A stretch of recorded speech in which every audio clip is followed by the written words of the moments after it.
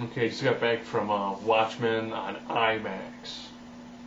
I read the book, graphic novel. It's the graphic novel itself is a hard read.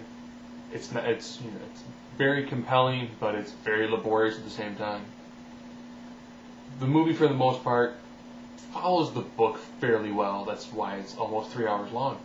You took 12 comics and you made it into about a 3 hour long movie. It's violent, just like the book is.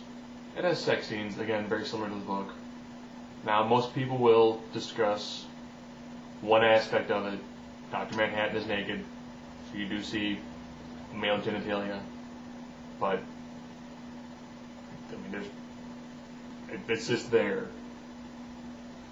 It's nothing real over the top. It seems to show a lot more cheek than anything else.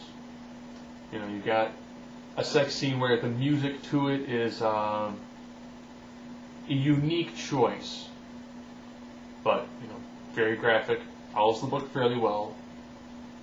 From a comic fan standpoint, I enjoyed the Watchmen book, I enjoyed the Watchmen movie. Some people thought it was going to be the greatest movie ever created because it's based off of one of the greatest stories ever told, and all in all, that being is a decent movie. Glad to see it on IMAX. It works in a very epic scale, and I thought some of the acting was pretty good. Rorschach was dead on. Rorschach was the best casting you could have had for that.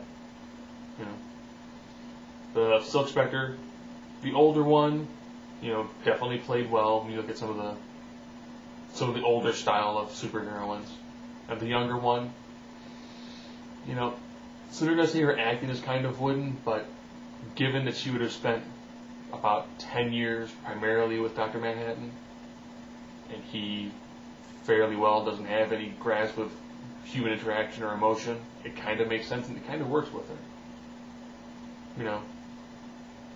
So, good movie, worth watching. If you're not a comic fan, you've never read the book, it's not going to be that entertaining or compelling. It's not going to be like Spider-Man or Iron Man or Batman. It's not going to be a character you've never heard of, and most of them don't have any powers.